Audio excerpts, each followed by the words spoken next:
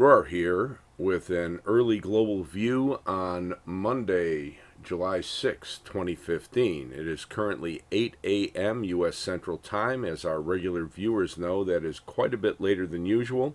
But we wanted to get as close as possible to the U.S. equities opening in the wake of the Greeks returning a no vote on their creditor final offer referendum.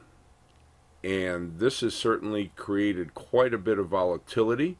It's an old saying that the equities dislike nothing quite so much as uncertainty, and this has infused some real uncertainty. So the equities are off, the euro is off, and the govies are up.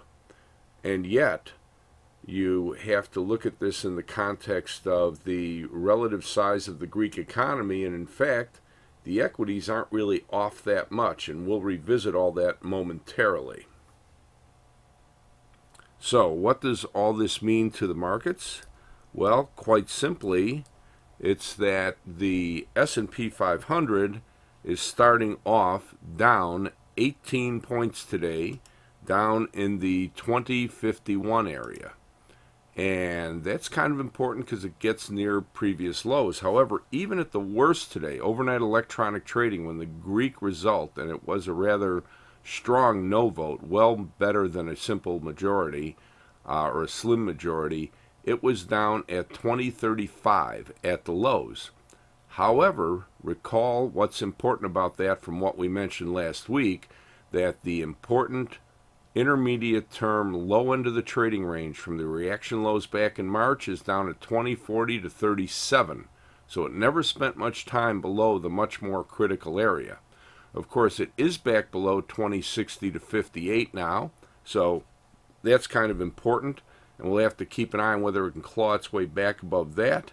And just above it was that 2062 up break going back to last Wednesday, that the market ended up slipping back below, or slipping back to and holding on Thursday before the closure on Friday. Still higher resistances if it should actually push back up, as we saw back up in the 2075 to 78 area where it topped out early Thursday. So we'll be keeping an eye on all of that. And that pretty much does it for the short-term view of the S&P 500.